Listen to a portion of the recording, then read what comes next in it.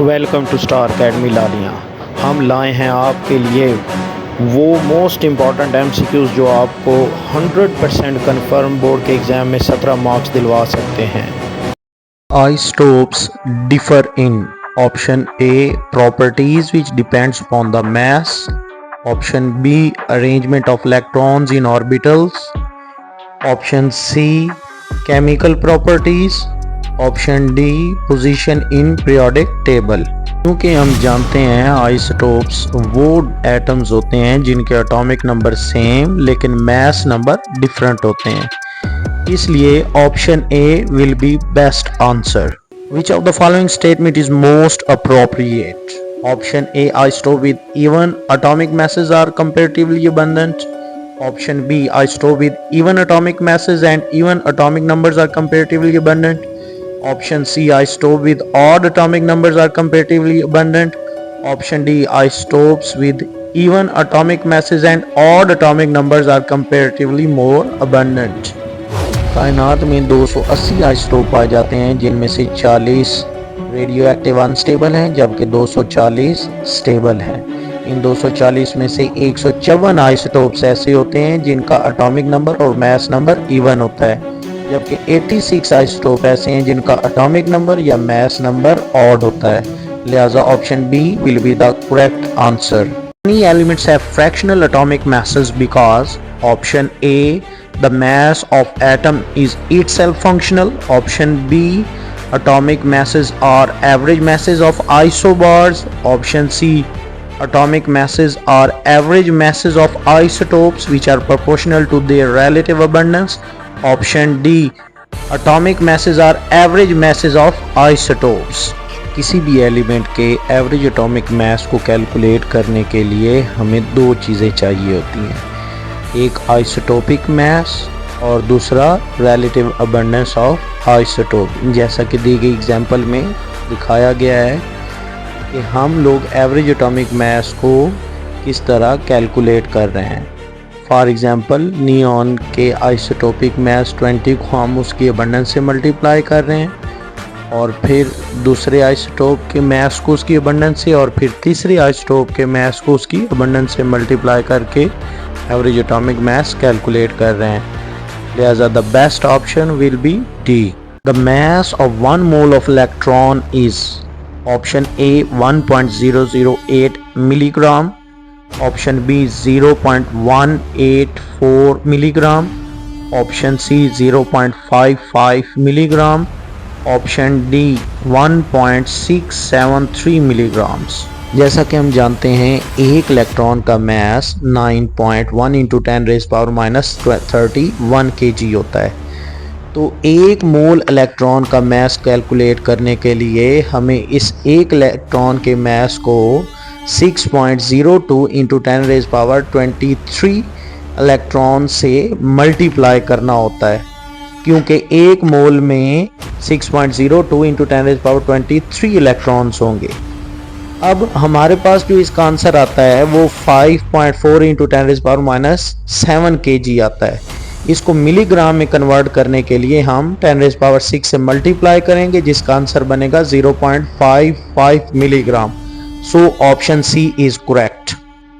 27 gram of aluminium will react completely with how much mass of oxygen to produce aluminium oxide? Option A 8 gram of oxygen, option B 32 gram of oxygen, option C 16 gram of oxygen, option D 24 gram of oxygen। Answer को जानने के लिए हमें balance chemical equation का सहारा लेना पड़ेगा, जिसमें 4 moles aluminium react with 3 moles oxygen to form aluminium oxide. जैसा कि हम जानते हैं कि इस इक्वेशन में 108 ग्राम एल्यूमिनियम रिएक्ट कर रही है 96 ग्राम ऑक्सीजन के साथ। सो 27 ग्राम एल्यूमिनियम के साथ कितनी ऑक्सीजन रिएक्ट करेगी, उसके लिए हम ये फार्मूला लगाएंगे 96/108 मल्टीप्लाइड विद 27, जिसका आंसर आएगा 24 ग्राम। So option D is the correct option. The number of moles of CO2 which contains 8 gram of oxygen, option A 0.25 moles, option B 1 mole, option C 1.5 moles, option D 2 moles. जैसा कि हम जानते हैं 32 gram oxygen is present in 1 mole. So 1 gram oxygen होगी 1/32 moles of CO2 में, लेकिन हम मालूम करना चाहते हैं 8 gram of oxygen. So 1/32 multiplied with 8, तो इसका हमारे पास आंसर आएगा 0.25 मोल्स। लिहाजा option A will be correct. The largest number of molecules are present in option A 3.6 gram of water, option B 4.6 gram of ethanol, option C 2.8 gram of carbon monoxide, option D 5.4 gram of N2O5। जैसा कि हम जानते हैं number of particles are directly related with number of moles. So इन तमाम masses को मोल में convert करें। 3.6 डिवाइडेड बाय 18 तो आंसर बनेगा 0.2 मोल्स। एथेनॉल के केस में 4.6 डिवाइडेड बाय 46 तो आंसर बनेगा 0.1 मोल। N2O5 के केस में 5.4 डिवाइडेड बाय 108 तो आंसर बनेगा 0.05 मोल्स। CO के केस में 2.8 डिवाइडेड बाय 28 आंसर बनेगा 0.1 मोल। सो पानी के केस में नंबर ऑफ मोल सबसे ज्यादा हैं तो उसी में नंबर ऑफ पार्टिकल सबसे ज्यादा होंगे। 1 mole of SO2 contains option A 6.02 into 10 raised power 23 atoms of oxygen, option B 18.1 into 10 raised power 23 molecules of SO2, option C 6.02 into 10 raised power 23 atoms of sulfur, option D 4 gram atoms of SO2। हम देख सकते हैं कि 1 मोल SO2 में 1 मोल sulphur के atoms मौजूद हैं, मतलब 6.02 into 10 raised power 23 sulphur atoms. Oxygen के 2 मोल्स हैं तो लिहाजा 2 into 6.02 into 10 raised power 23 particles of oxygen atoms होंगे, और SO2 के 1 मोल बनेगा जो कि 6.02 into 10 raised power 23 मॉलिक्यूल्स बनेगा। लिहाजा option C will be correct answer.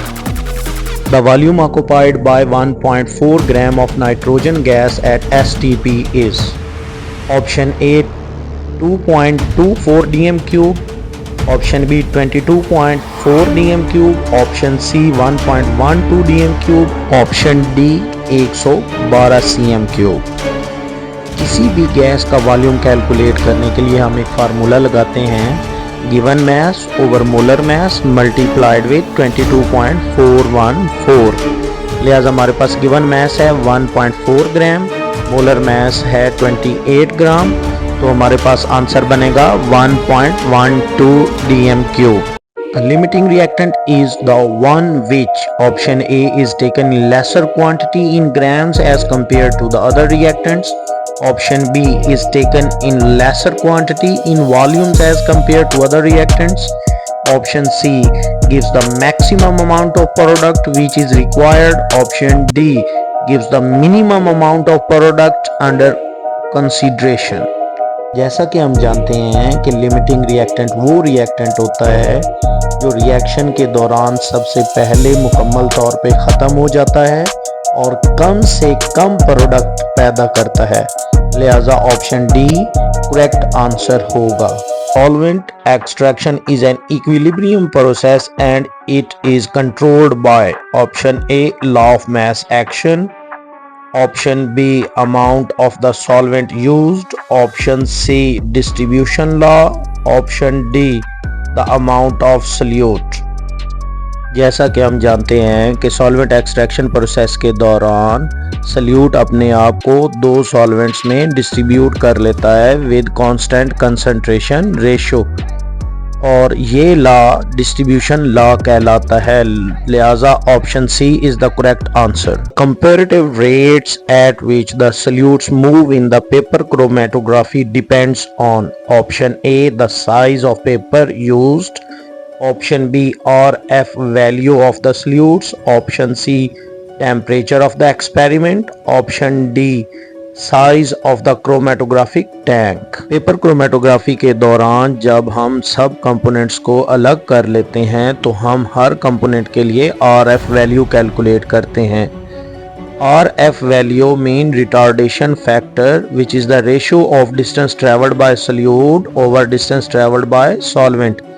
अगर RF वैल्यू ज़्यादा आ रही हो तो इसका मतलब है कि सल्यूट मोर सॉल्युबल है, वो ज़्यादा फार्दर मूव करेगा। अगर RF की वैल्यू कम आ रही है तो इसका मतलब है वो लेस सॉल्युबल है और लेस डिस्टेंस ट्रैवल करेगा। Filtration process could be very time consuming if it was not added by gentle suction, which is developed option A if the paper covers the funnel up to its circumference, option B if the stem of the funnel is large so that it dips into the filtrate, option C if the paper has got small sized pores in it, option D if the paper fits tightly। जैसा कि हम जानते हैं कि tightly fit filter paper gentle suction create करता है और filtration को स्पीड अप करता है और लीकेज से बचाता है और बेटर सेपरेशन को इंश्योर करता है, लिहाजा option D is the correct answer. Solvent extraction method is particularly useful technique for the separation when the products to be separated are option A non-volatile or thermally unstable, option B volatile or thermally stable, option C volatile or thermally unstable, option D non-volatile or thermally stable। Solvent extraction technique volatile और thermally unstable compounds की separation के लिए best है, क्योंकि इस technique के दौरान हमें हीट करने की ज़रूरत नहीं होती, जिसकी वजह से थर्मली अनस्टेबल कंपाउंड जो कि हीट सेंसिटिव होते हैं वो आसानी से सेपरेट किए जा सकते हैं। और इस टेक्निक के दौरान चूँकि हम एवेपोरेशन नहीं होने देते, इसलिए वोलेटाइल कंपोनेंट्स भी आसानी से सेपरेट किए जा सकते हैं। During the process of crystallisation the hot saturated solution option A is cooled very slowly to get large size crystals, option B is evaporated to get crystals of the product, option C is cooled at moderate rate to get medium sized crystals, option D is mixed with immiscible liquid to get the pure crystals of the product। जैसा कि हम जानते हैं कि slow cooling के नतीजे में जो बड़े साइज के क्रिस्टल बनते हैं उन्हें ड्राई करना डिफ़िकल्ट होता है और फास्ट कूलिंग के दौरान जो स्मॉल साइज क्रिस्टल बनते हैं उन्हें कलेक्ट करना मुश्किल होता है, लिहाजा हम मॉडरेट लेवल की कूलिंग करते हैं ताकि मीडियम साइज़ के क्रिस्टल्स बने जिन्हें कलेक्ट करना भी आसान होता है और ड्राई करना भी आसान, लिहाजा option C is the correct answer. Pressure remaining constant at which temperature the volume of a gas will become twice of what is it at 0 degrees centigrade, option A 546 degree centigrade, option B 200 degree centigrade, option C 273 Kelvin, option D 546 Kelvin। जैसा कि Charles law में बताता है कि volume is directly proportional to the absolute temperature, mean volume double हो जाएगा अगर temperature को डबल किया जाए। जैसा कि हमें स्टेटमेंट में 0 डिग्री सेंटीग्रेड गिवन है, मीन 273 केल्विन गिवन है, इस टेम्परेचर को डबल करेंगे तो ये बनेगा 546 केल्विन या फिर 273 डिग्री सेंटीग्रेड, लिहाजा option D is the correct answer.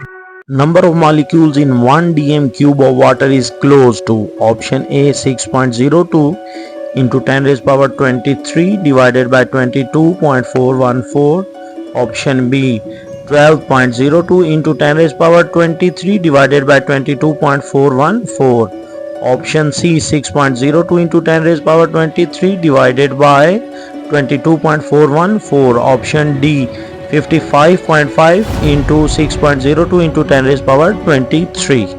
किसी भी चीज़ के नंबर ऑफ पार्टिकल्स कैलकुलेट करने के लिए हम एक फार्मूला लगाते हैं, moles multiplied with Avogadro number of particles.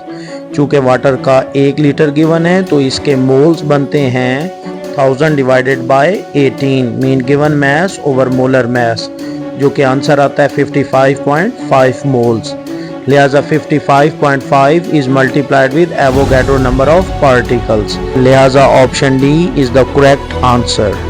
Which of the following will have same number of molecules at STP? Option A 280 cm cube of CO2 and 280 cm cube of N2O.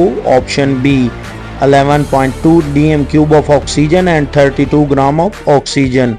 Option C 44 gram of CO2 and 11.2 dm cube of CO. Option D 28 gram of nitrogen and 56 dm cube of oxygen. ऐसे MCQs को solve करने के लिए एक trick ज़हन में रख लें। अगर दो गैसेस का नंबर ऑफ मोल सेम होंगे तो उनका वॉल्यूम भी सेम होगा। अगर दो गैसेस के वॉल्यूम सेम हैं तो उनमें नंबर ऑफ पार्टिकल भी सेम होंगे। लिहाजा option A is the correct answer, जिसमें दो गैसेस के वॉल्यूम को सेम दिखाया गया है। Mean 280 cm cube of CO2 and 280 cm cube of N2O।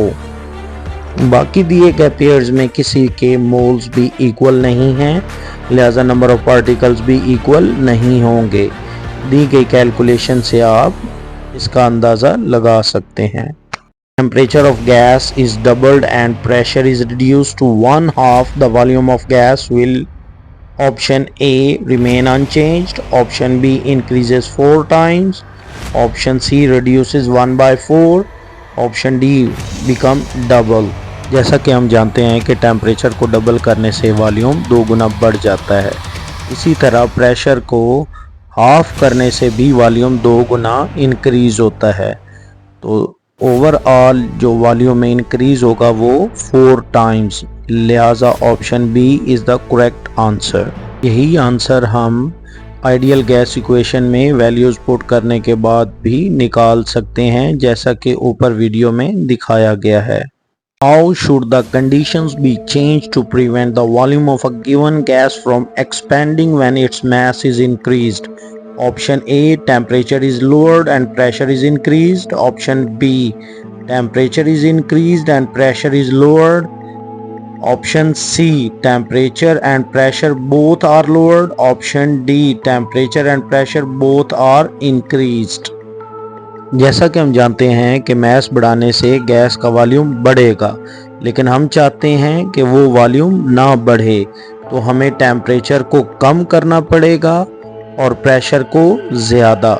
लिहाजा option A is the correct answer. The molar volume of CO2 gas is maximum at option A STP conditions, option B 127 degree centigrade and 1 atm pressure, option C 273 degree centigrade and 2 atm pressure, option D 0 degree centigrade and 2 atm pressure। Ideal gas equation के तहत PV is equal to nRT। चूँकि हम 1 मोल ले रहे हैं तो n की value 1 हो जाएगी, लिहाजा मोलर वॉल्यूम इक्वल होगा RT ओवर P। अब हमारे पास अगर ऑप्शंस को देखा जाए तो 127 डिग्री सेंटीग्रेड और 1 atm पर हमारे पास जो वॉल्यूम होता है वो 400 R ओवर 1 के इक्वल है, जबकि 273 डिग्री सेंटीग्रेड एंड 2 atm पर हमारे पास वैल्यूज़ 273 R के इक्वल है, जबकि 0 डिग्री सेंटीग्रेड 2 atm पर हमारे पास ये 136.5 R के इक्वल है, जबकि STP कंडीशंस पर हमारे पास आंसर 273 R के इक्वल होता है।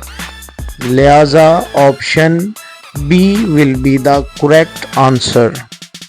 The order of diffusion of gases NH3, SO2, Cl2 and CO2 is option A NH3 highest and CO2 lowest, option B NH3 highest, SO2 lowest, option C NH3 highest, CO2 lowest, option D NH3 highest and Cl2 have lowest value of diffusion।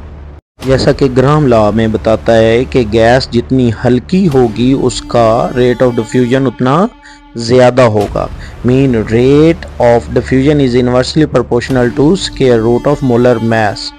चूँकि NH3 का मास 17 ग्राम है जो सबसे कम है, इसलिए उसका rate of diffusion सबसे ज़्यादा होगा। उसके बाद CO2 का मास 44 ग्राम पर मोल होता है। उसके बाद SO2 का मास 64 ग्राम पर मोल है, जबकि Cl2 का मास 71 ग्राम पर मोल होता है, इसलिए उसका रेट ऑफ डिफ्यूजन सबसे कम होता है। Equal masses of methane and oxygen are mixed at 25 degree centigrade. The fraction of total pressure exerted by oxygen is option A 1/3 times, option B 8/9 times, option C 1/9 times, option D 16/17 times. Suppose करें कि दोनों gases के मास m के equal हैं, तो number of moles of methane m/16 के बराबर होगा और number of moles of oxygen m/32 के इक्वल होगा according to formula given mass over molar mass. Total moles हमारे पास इक्वल होंगे ऑक्सीजन के मोल्स प्लस मीथेन गैस के मोल्स, जिसका आंसर बनेगा 3m/32। क्योंकि हम mole fraction of oxygen calculate करने जा रहे हैं, तो वो होगा given moles of oxygen over total moles. तो इनकी वैल्यूज पुट करने के बाद हमारे पास आंसर बनता है 1/3 टाइम्स। अब इस मोल फ्रैक्शन को अगर हम डाल्टन्स लॉ में पुट करें तो हमारे पास इसका आंसर बनता है 1/3, जो कि ऑप्शन ए है। Gases deviate from ideal behavior at high pressure. Which of the following is correct for non-ideality? Option A, at high pressure, the gas molecule move in one direction only. Option B, at high pressure, the volume of gas becomes insignificant. Option C, at high pressure, the collisions between the gas molecules are increased. Option D, at high pressure, the intermolecular attractions become significant. जैसा कि हम जानते हैं कि जैसे ही pressure को high किया जाता है तो गैस के मॉलिक्यूल्स एक दूसरे के करीब करीब आ जाते हैं और उनमें फोर्स ऑफ अट्रैक्शन डेवलप होने लगती है। यही वो वजह है जो गैसेस को नॉन आइडियल बना देती हैं, लिहाजा option D is the correct answer. The deviation of a real gas obeying van der Waals equation will resemble to ideal gas if option A, both A and B are large, option B, both A and B are small, option C, A is small and B is large, option D, A is large and B is small।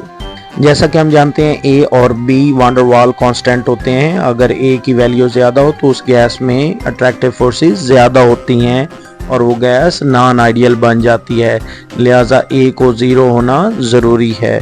इसी तरह B हमारे पास excluded volume को represent करता है। अगर B की value ज़्यादा है तो उस गैस का एक्सक्लूडेड वॉल्यूम इफेक्ट ज़्यादा होगा और वो गैस ज़्यादा नॉन आइडियल होगी, इसका भी 0 होना ज़रूरी है, लिहाजा हमारे पास option B will be the correct answer. The deviation of a gas from ideal behavior is maximum at option A -10 degree centigrade and 5 atm pressure, option B -10 degree centigrade and 2 atm pressure, option C 100 degree centigrade and 2 atm pressure, option D 0 degree centigrade and 2 atm pressure। जैसा कि हम जानते हैं कि कोई भी gas ideal behaviour से deviate कर जाती है at low temperature and high pressure, so option A where -10 degree centigrade and 5 atm pressure conditions are present will be correct. London dispersion forces are the only forces present among them. Option A, molecules of water in liquid state. Option B, atoms of helium in gaseous state at high temperature. Option C, molecules of solid iodine. Option D, molecules of hydrogen chloride gas। जैसा कि हम जानते हैं London dispersion forces non polar molecules के दरमियान पाई जाती हैं, इसलिए हम ऑप्शन ए और ऑप्शन डी को इग्नोर करेंगे क्योंकि वो दोनों पोलर स्टेट में हैं। अब ऑप्शन बी और ऑप्शन सी में से ऑप्शन सी पिक किया जाएगा क्योंकि सॉलिड स्टेट में आयोडीन बहुत ज़्यादा स्ट्रॉन्ग लंदन डिस्पर्शन फोर्सेस रखता है, जबकि हीलियम गैसियस स्टेट में हाई टेम्परेचर पर कोई फोर्स ऑफ अट्रैक्शन नहीं रखती। Acetone and chloroform are soluble in each other due to option A hydrogen bonding, option B ion dipole interactions, option C instantaneous dipole, option D all of these। ऊपर दी गई picture में आप देख सकते हैं कि क्लोरोफॉर्म का H और एसीटोन का ऑक्सीजन एक दूसरे से हाइड्रोजन बॉन्डिंग जनरेट कर लेते हैं, इसलिए option A is the correct answer. NH3 show maximum boiling point among the hydrides of 5th A group elements due to option A very small size of nitrogen, option B high electronegatiivity of nitrogen, option C lone pair of electron on nitrogen, option D pyramidal structure of NH3। जैसा कि हम जानते हैं कि nitrogen की electronegativity high होने की वजह से NH3 हाइड्रोजन बॉन्डिंग शो करता है, इसलिए उसके बॉइलिंग पॉइंट बाकी तमाम हाइड्राइड से ज़्यादा होता है, लिहाजा option B is the correct answer. ऊपर दी गई टेबल में आप लोग इलेक्ट्रोनेगेटिविटीज देख सकते हैं।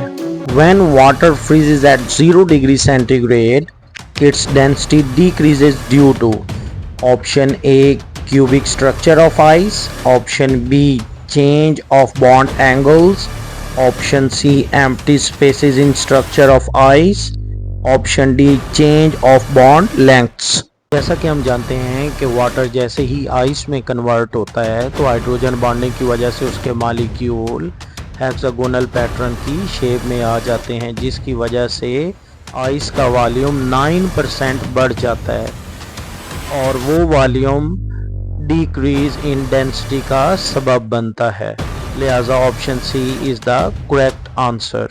In order to mention the boiling point of water at 110 degree centigrade, the external pressure should be option A between 760 tar and 1200 tar, option B between 200 tar and 760 tar, option C 765 tar, option D any value of pressure।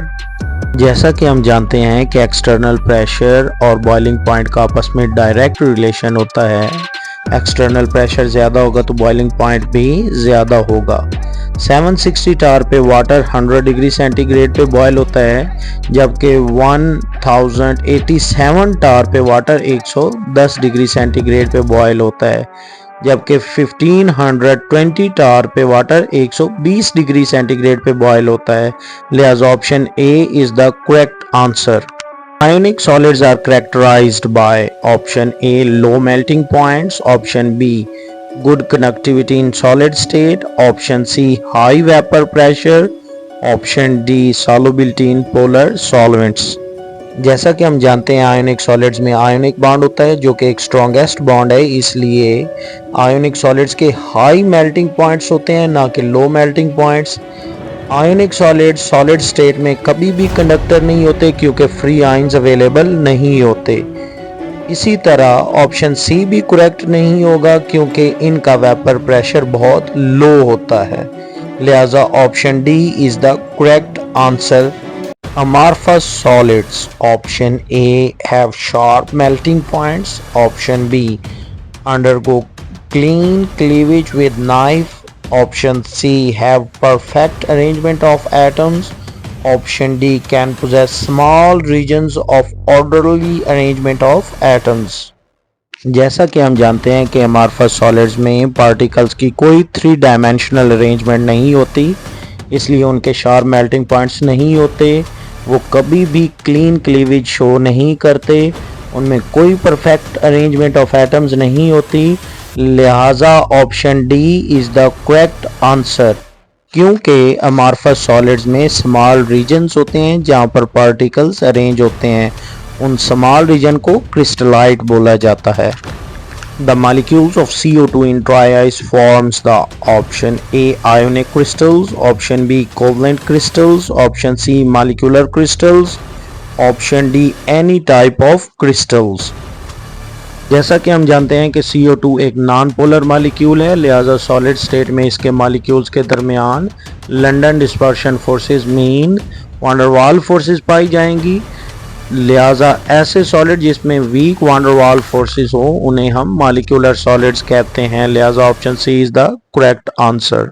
Which of the following is a pseudo solid? Option A calcium fluoride, option B sodium chloride, option C glass, option D all of these।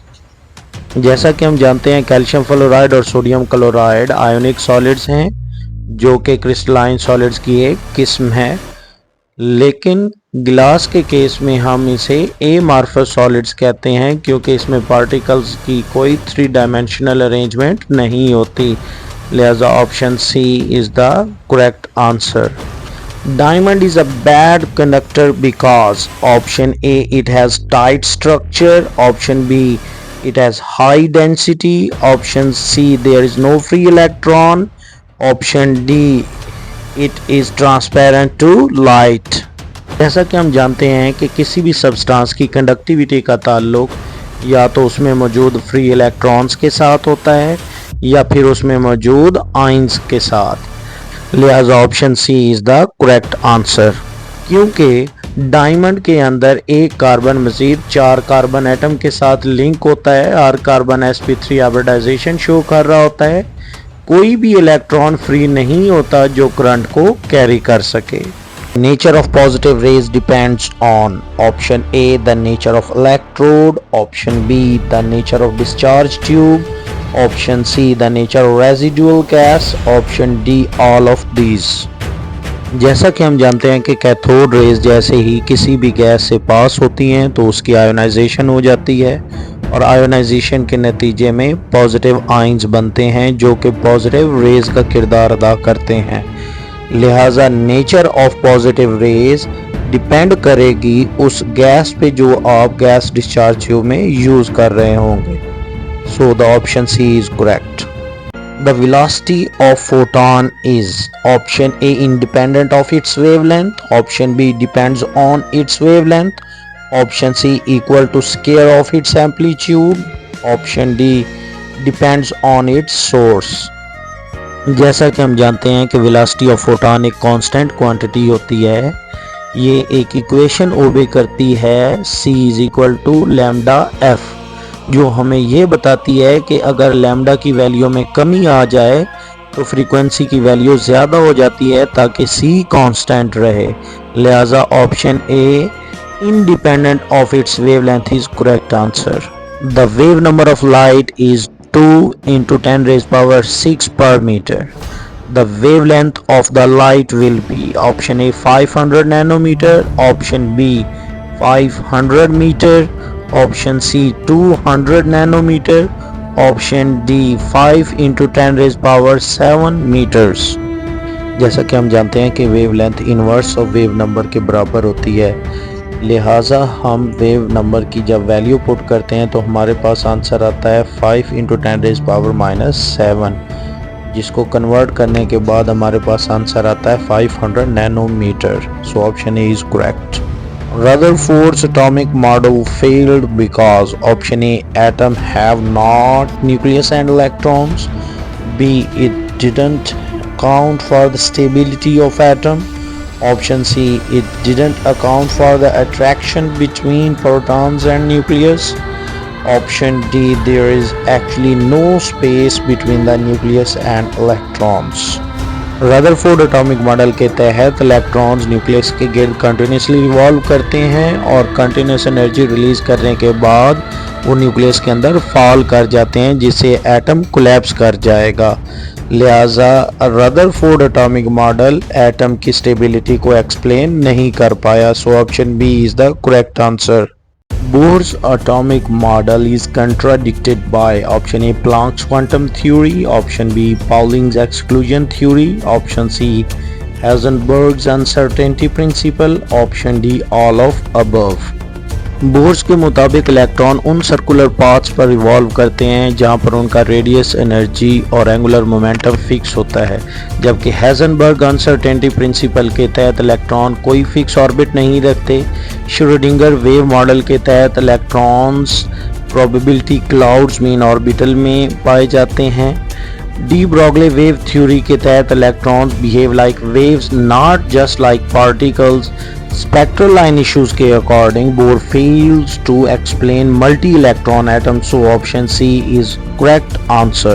Splitting of spectral lines when atoms are subjected to strong electric field is called option A Zeeman effect, option B Stark effect, option C photoelectric effect, option D Compton effect. जैसा कि हम जानते हैं कि splitting of spectral line in magnetic field is called Zeeman effect, whereas the splitting of spectral line in electric field is called Stark effect.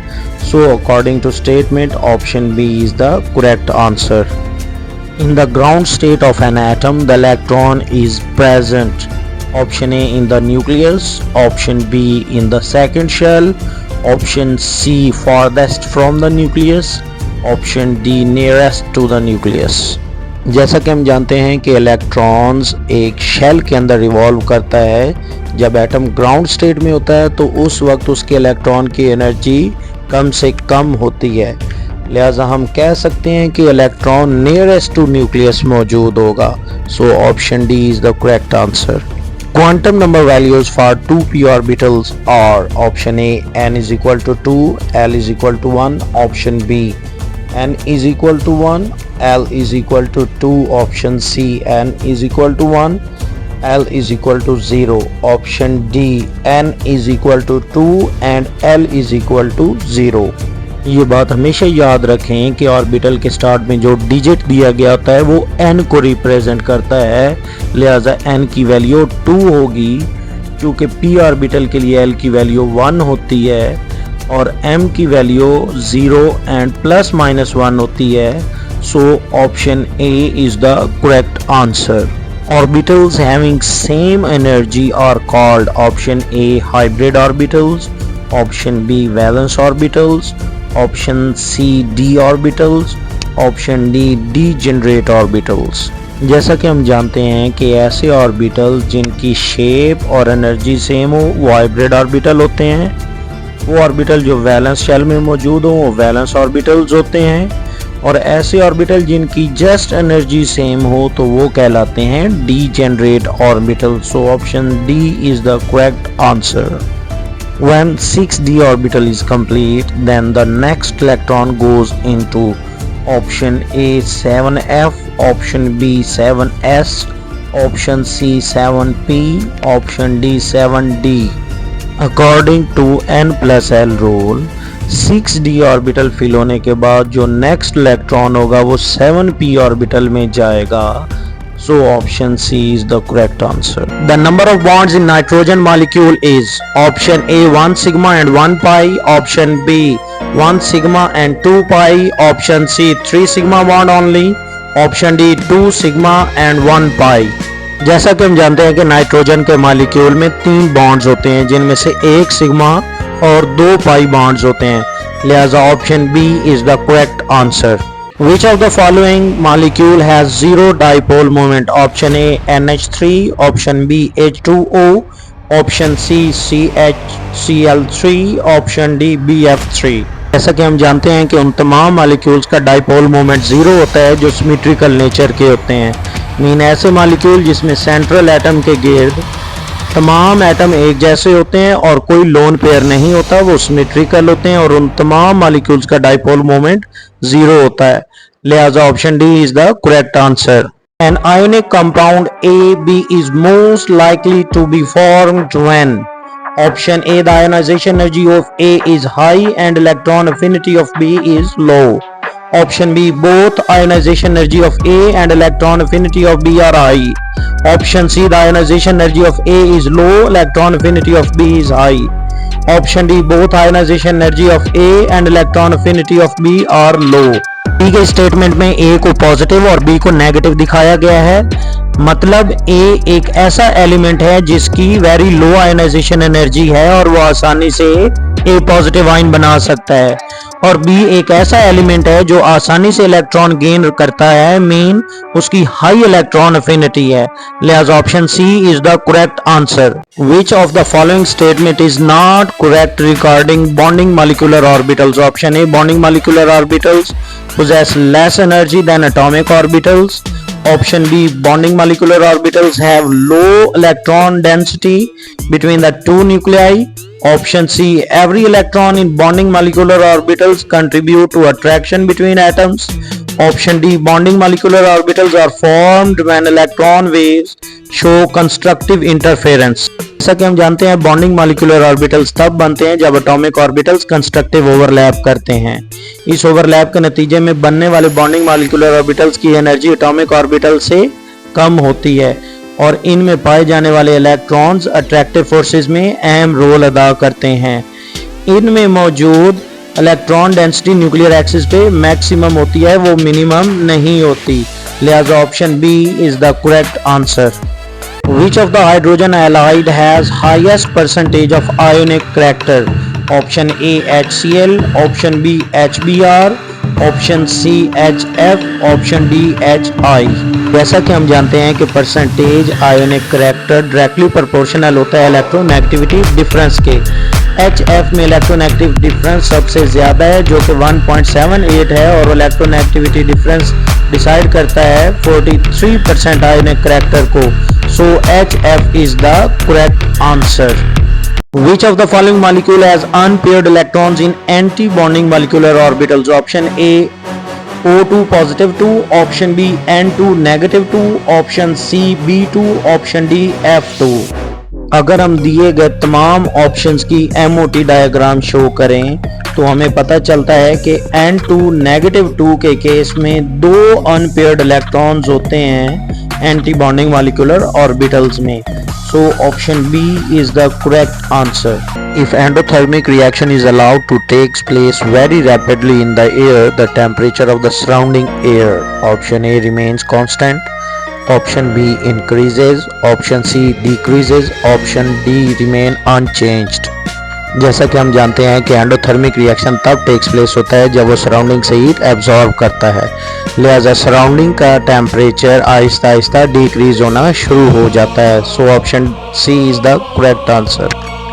In endothermic reactions, the heat content of the option A product is more than that of reactant. Option B reactants and products are equal.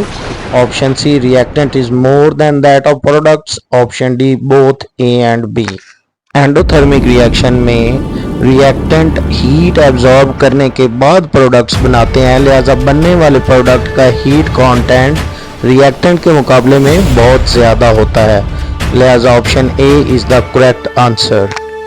1 calorie is equivalent to option A 0.4184 joule, option B 4.184 joule, option C 41.84 joule, option D 418.4 joule।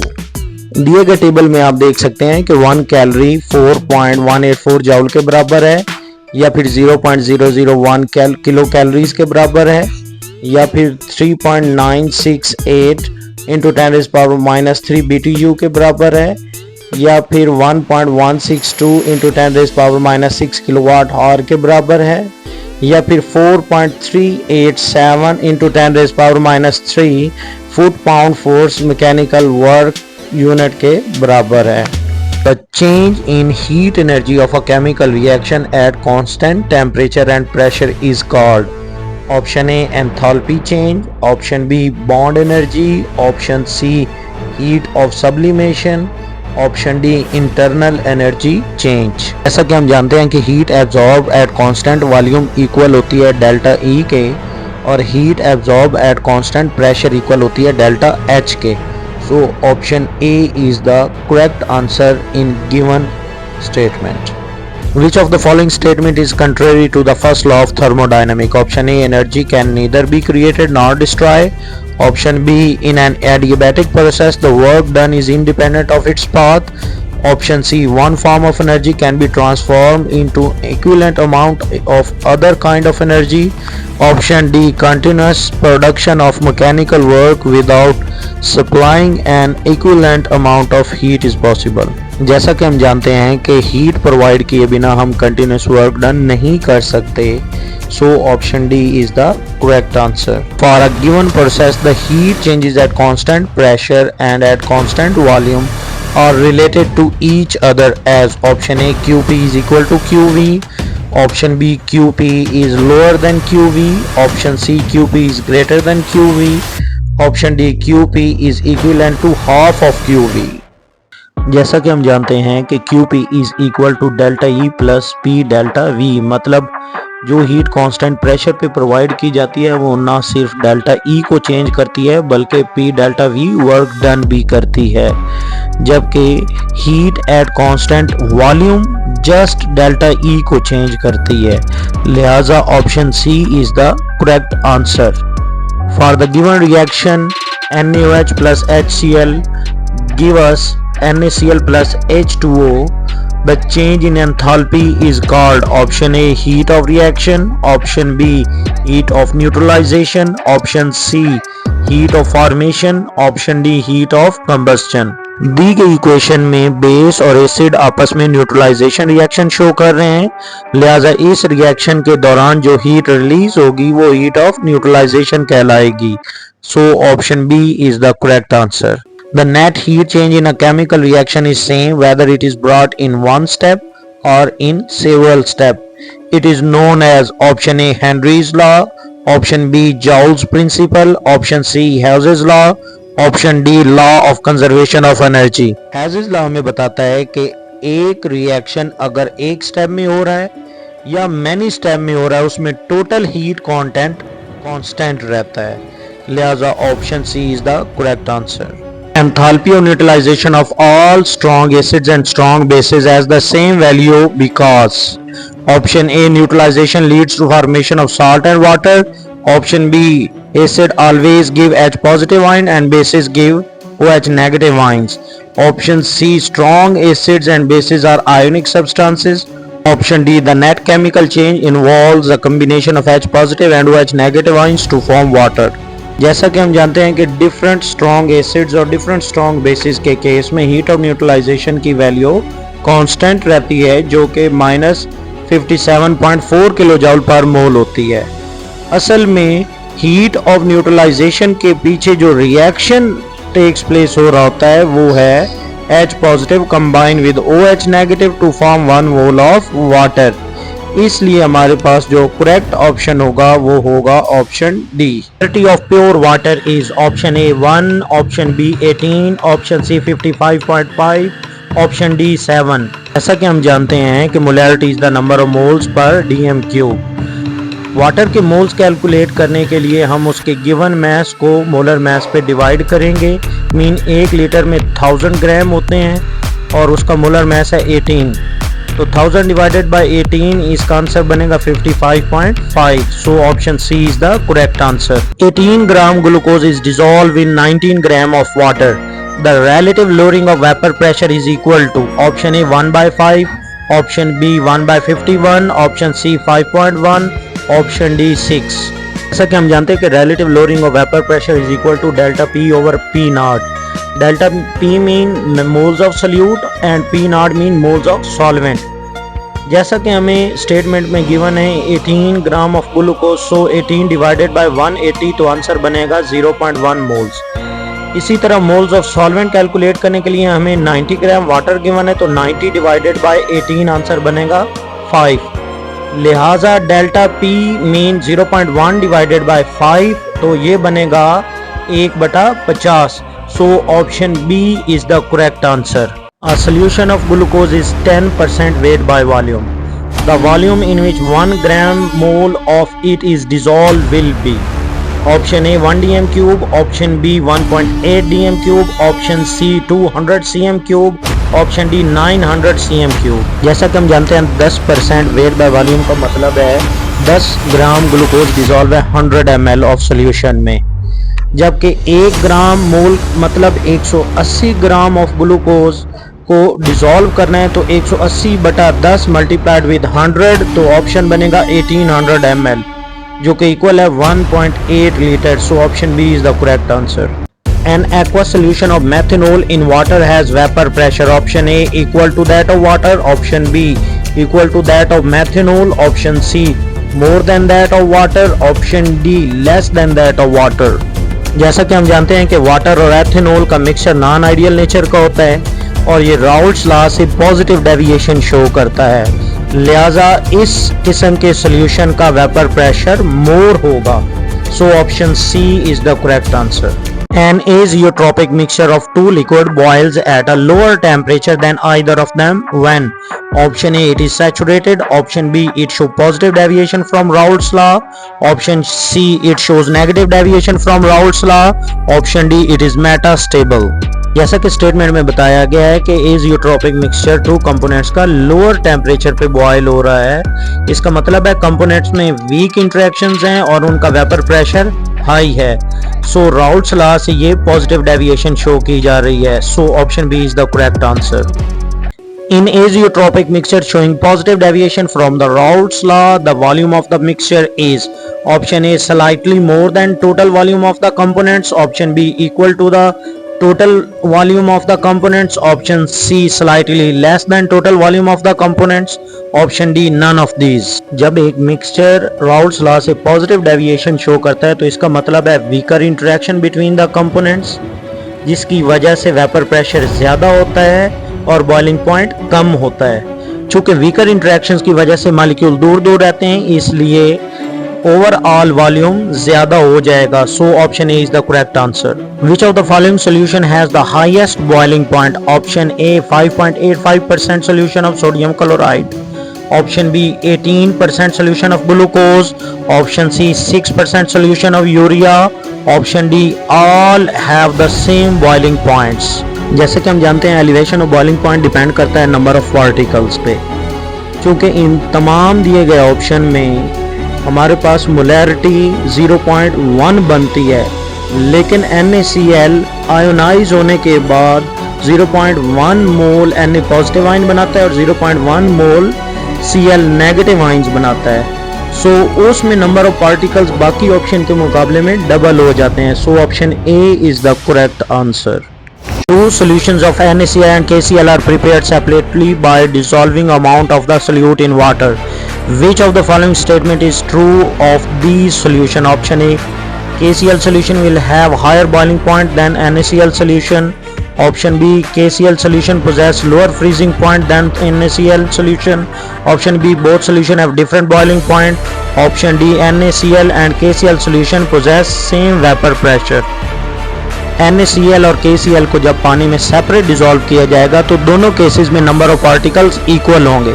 सो दोनों cases में colligative properties भी same होंगी, लिहाजा option D will be the correct answer. The molar boiling constant is the ratio of elevation in boiling point to. Option A molarity, option B mole fraction of solvent, option C molality, option D mole fraction of solute. Expression में आप देख सकते हैं कि ebullioscopic constant is the ratio of elevation of boiling point to molality of solution. So option C is the correct answer. Colligative properties are the properties of option A dilute solutions which behave nearly ideal solution, option B concentrated solution which behave as nearly non-ideal solution, option C both A and B, option D neither A nor B।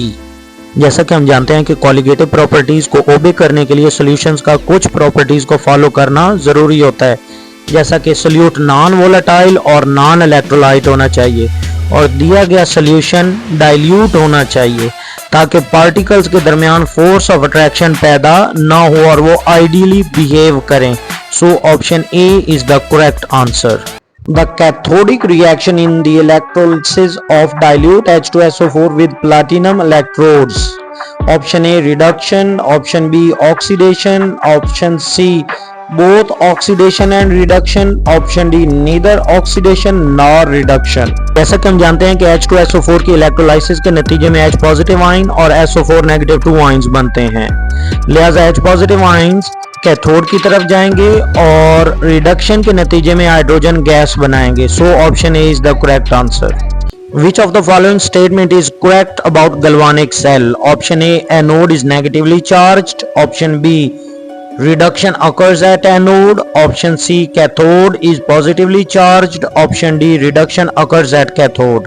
जैसा कि हम जानते हैं कि galvanic cell में anode positively charged होता है, anode पर ऑक्सीडेशन होती है और कैथोड नेगेटिवली चार्ज्ड होता है और कैथोड पर रिडक्शन होती है, लिहाजा इन तमाम पॉइंट्स में से ऑप्शन डी करेक्ट होगा क्योंकि वो कैथोड पर रिडक्शन के बारे में बता रहा है। Stronger the oxidising agent, greater is the option A oxidation potential, option B reduction potential, option C redox potential, option D EMF of the cell. एक ऑक्सीडाइजिंग एजेंट वो होता है जो दूसरों की ऑक्सीडेशन करे और खुद की रिडक्शन करे, मतलब उसका अपना रिडक्शन पोटेंशियल बहुत ज़्यादा होना चाहिए ताकि वो दूसरों से इलेक्ट्रॉन निकाल कर खुद एक्सेप्ट कर सके। So option B is the correct answer. If the salt bridge is not used between two half cells, then the voltage option A decreases rapidly, option B decreases slowly, option C does not change, option D drops to zero. अगर दो half sales के दरमियान salt bridge ना रखी जाए तो दोनों half sales में चार्ज इकट्ठा होना शुरू हो जाता है, जिसकी वजह से overall voltage drops to zero हो जाता है। So option D is the correct answer. If a strip of copper metal is placed in a solution of FeSO4, option A copper will be precipitated out, option B iron is precipitated out, option C copper and iron both dissolve, option D no reaction takes place. जैसा कि हम जानते हैं कि electrochemical series में वो metal जो ऊपर मौजूद है वो नीचे वाली मेटल को आसानी से किसी भी साल्ट में से रिप्लेस कर सकती है, लेकिन कॉपर इलेक्ट्रोकेमिकल सीरीज में आयरन से नीचे मौजूद है, इसलिए वो आयरन सल्फेट से रिप्लेस नहीं कर सकती आयरन को। लिहाजा option D is the correct answer. In zero order reactions, the rate is independent of option A temperature of the reaction, option B concentration of reactants, option C concentration of products, option D none of these। जैसा कि हम जानते हैं कि zero order reaction में rate हमेशा independent होता है अमाउंट ऑफ द रिएक्टेंट्स पे, लिहाजा option B is the correct answer. If the rate equation of a reaction 2A plus B give rise products is rate is equal to K A का square into B की concentration and A is present in large excess, then the order of reaction is option A 1, option B 3, option C 2, option D none of these। अगर rate law expression को देखें तो वो है rate is equal to K into A का square into B की power 1, जबकि दोनों की पावर का सम 3 बनता है तो ऑर्डर 3 होना चाहिए, लेकिन एक कंडीशन लगा दी गई है कि ए लार्ज एक्सेस में है तो ऑर्डर ऑफ रिएक्शन फिर ए पर डिपेंड नहीं करेगा, लिहाजा वो बी पर डिपेंड करेगा। सो option A will be correct answer क्योंकि बी की पावर 1 है। The rate of reaction option A increases as the reaction proceeds, option B decreases as the reaction proceeds, option C remains same as the reaction proceeds, option D may decreases or increases as the reaction proceeds। जैसा कि हम जानते हैं कि rate of reaction is the ratio of change in concentration to change in time। जैसे जैसे time गुजरता जाएगा डिनोमिनेटर में डेल्टा टी की वैल्यू बढ़ती जाएगी और रेट ऑफ रिएक्शन की वैल्यू कम होती जाएगी, लिहाजा option B is the correct answer. With the increase of 10 degree temperature, the rate of reaction doubles. This increase in rate of reaction is due to option A decreases in activation energy of reaction, option B decrease in the number of collisions between reactant molecules, option C increase in activation energy of reactants, option D increase in number of effective collisions। जैसा कि हम जानते हैं कि temperature बढ़ने से molecules की kinetic energy बढ़ती है, काइनेटिक एनर्जी बढ़ने से उनकी रैंडम मूवमेंट्स बढ़ती हैं, जिसकी वजह से उनमें number of effective collisions increase हो जाती हैं, जिसकी वजह से रेट ऑफ रिएक्शन बढ़ जाता है। So option D is the correct answer. The unit of rate constant is the same as that of the rate of reaction is option A first order reaction, option B zero order reaction, option C second order reaction, option D third order reaction। जैसा कि हम जानते हैं कि सिर्फ और सिर्फ zero order reaction में रेट कांस्टेंट और रेट ऑफ रिएक्शन के यूनिट सेम होते हैं, so option B is the correct answer. Thank you for watching the video. Please like, comment and share it. If you want more such informative videos, then subscribe the channel.